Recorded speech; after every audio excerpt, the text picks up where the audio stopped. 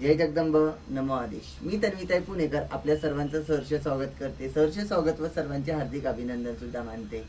त्याचबरोबर आता बरेच दिवस झाले श्रावण महिना चालू आहे। श्रावण महिन्याचे काही आपण व्हिडिओ टाकले। श्रावण महिन्याच्या व्हिडिओला बऱ्याचशा लोकांनी व तुम्ही भाविक भक्तांनी मला खूप छान सपोर्ट केला, यासाठी मी सर्वांचे मनपूर्वक आभारी मानते।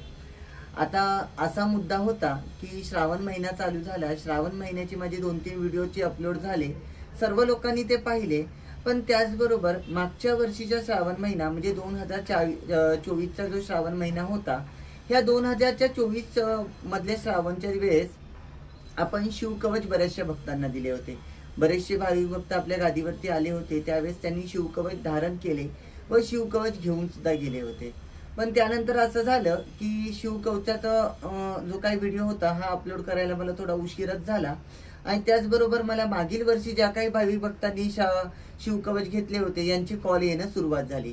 त्यातला त्यात पहिला कॉल म्हणजे माझी सर्वात जवळ असणारी शिष्य म्हणजे वैशाली पावसे। वैशाली पावशी जी काही शिष्य आहे, हिला मी अजून कुठलीही गुरुदीक्षा दिली जरी नसली तरी मी तिला माझी शिष्य मानते, माझी गादीची एखादी सभासद मानते व तीही मला मनापासून गुरु मानते। आमच्या दोघींचं संभाषण नेहमी होत असतं। त्याचबरोबर आमच्या दोघींना बरेचसे आमच्या दोघींच्या कॉलही होतात। तर असं झालं होतं की तिला त्या दिवशी मला कॉल आला की ताई, मागच्या वर्षी मी तुमच्याकडून शिवकवच घेतलं होतं, तर तुम्ही पुन्हा ते 1 वर्ष झाल्यानंतर शिवकवचाचं काय करायचं सांगितलं नाही आणि शिवकवचाचा व्हिडिओ देखील तुम्ही यावर्षी अपलोड केला नाही, तर तुम्ही यावर्षी शिवकवच देणार आहात का? तरी असे माझे तिचा कॉल झाला। त्यानंतर मागच्या वर्षीच्या त्यातून मला एक 5-6 कॉल सुद्धा आले, ताई मागच्या वर्षी तुम्ही शिवकवच दिले होते, तर यावर्षी तुम्ही शिवकवच बदलून देणार आहात का? किंवा ते जुने शिवकवच आम्हाला विसर्जित करून यावर्षी नवीन शिवकवच घ्यायचे आहेत का? आणि यावर्षी तुम्ही शिवकवच नवीन देणार आहात का? आमच्या माहितीमध्ये बऱ्याचशा लोकांना शिवकवच धारण करायचे आहेत, तर तुम्ही देणार आहात का? तर मी त्यांना म्हटलं हो देणार आहे। पण त्यानुसार मी त्यांना हे देखील विचारलं, तुम्ही मागच्या वर्षी जे शिवकवच धारण केले त्यातून तुम्हाला काय फायदा झाला? तर त्यातल्या त्यात प्रत्येकांनी मला 50%, 40%, 70%, 80%, त्यातल्या त्यात काही लोकांनी तर मला 100% त्यातून चांगला फायदा आहे असं सांगितलं। तर म्हटलं ठीक आहे, तर यावर्षी सुद्धा मी शिवकवच देणं सुरू करणारच होते।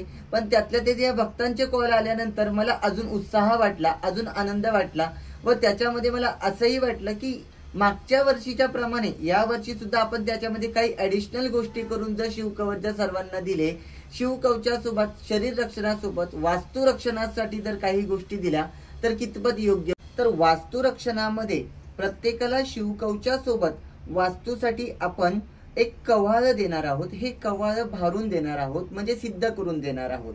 आणि त्याचबरोबर वास्तूसाठी काही आपण उपयुक्त असणाऱ्या गोष्टींच्या वास्तू रक्षणाच्या काही पोटली बांधून देणार आहोत, जेणेकरून त्याच्यामध्ये वास्तूवरती येणारे निगेटिव्ह कार्य, त्याचबरोबर बाहेरील करणीवादीचा त्रास, कर्जमुक्ती, त्याचबरोबर वास्तूमध्ये होणाऱ्या काय अमानवी शक्तींचा त्रास, त्याचबरोबर घरामध्ये होणाऱ्या अडचणी, या सर्व गोष्टींसाठी वास्तू रक्षण पोटली, त्याचबरोबर कवळ आणि शिवकवच अशा तिन्ही गोष्टी एकत्रित आपण या दिनांक 23 ऑगस्ट 2025 देणार आहोत।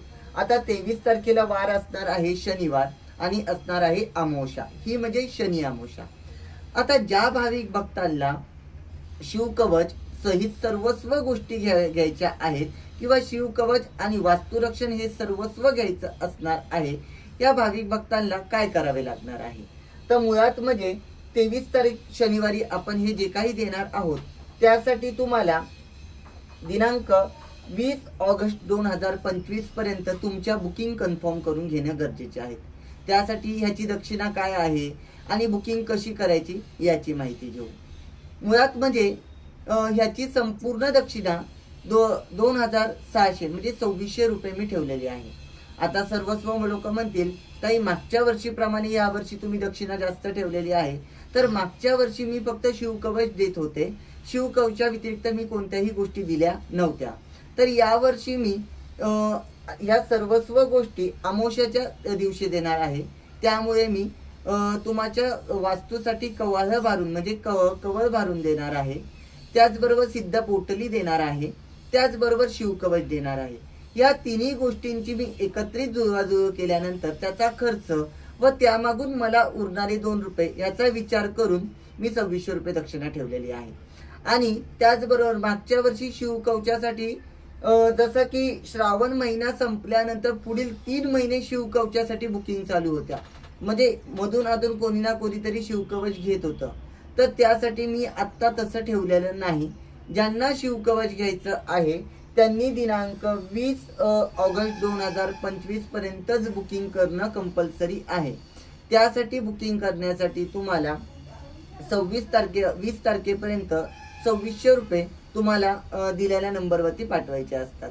त्यासाठी तुम्हाला नंबर देण्यात येणार आहे 98 90 90 56 09 98 90 90 5609 या नंबरवरती तुम्हाला गुगल पे अथवा फोन पे वरती तुमचे 2600 रुपये पाठवायचे आहेत।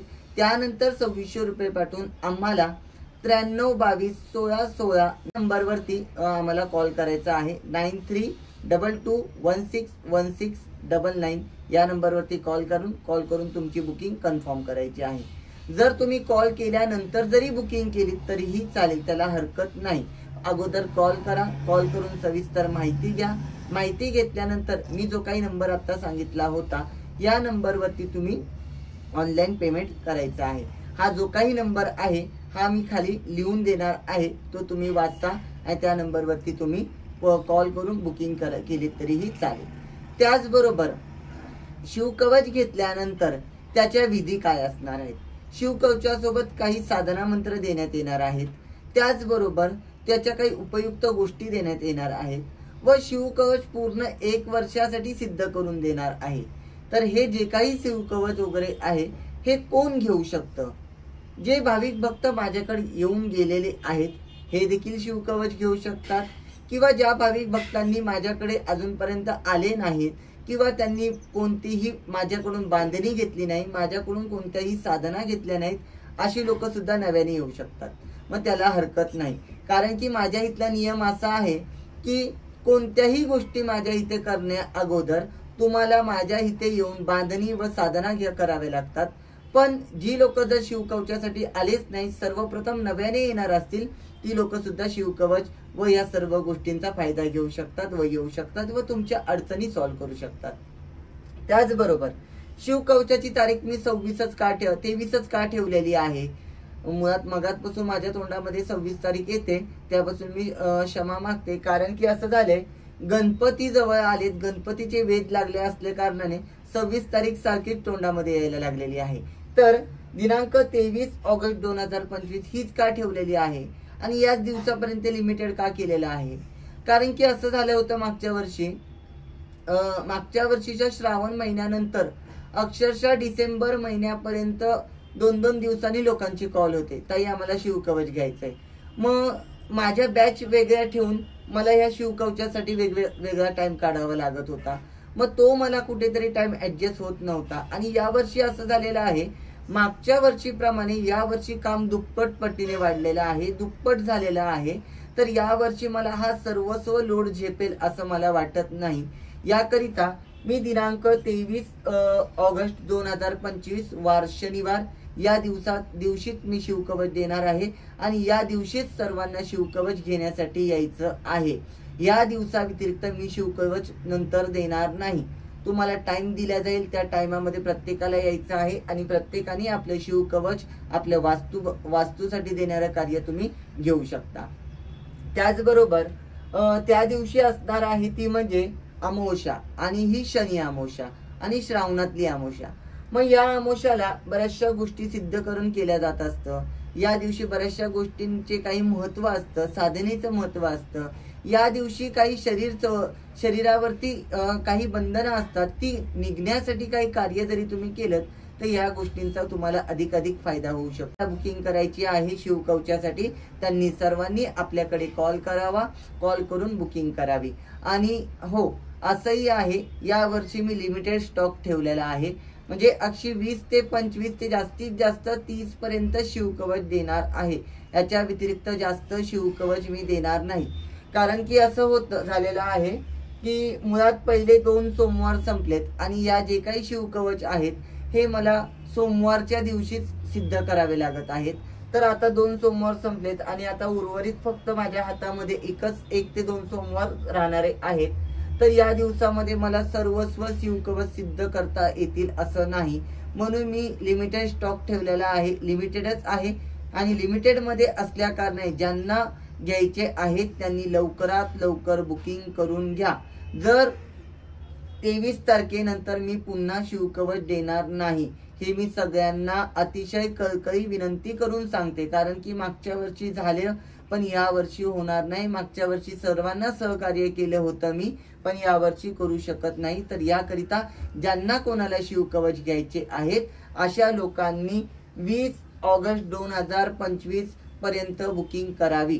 याच्यासाठी मी नंबर देणार आहे, त्या नंबरवरती कॉल करावा. कॉल करून तुमची बुकिंग कन्फर्म करावी व तुम्हाला जो नंबर देण्यात येईल त्या नंबरवरती पूर्ण पेमेंट तुम्हाला पाठवणं गरजेचं आहे. आता असं म्हणताल की तुम्ही पूर्ण पेमेंट का घेत आहात? आता इथे आल्यानंतरच सर्वांची आपण दक्षिणा घेत असतो, बांधणीचे वगैरे सर्व विधींचे, पण शिवकवचाचे पूर्ण दक्षिणा का?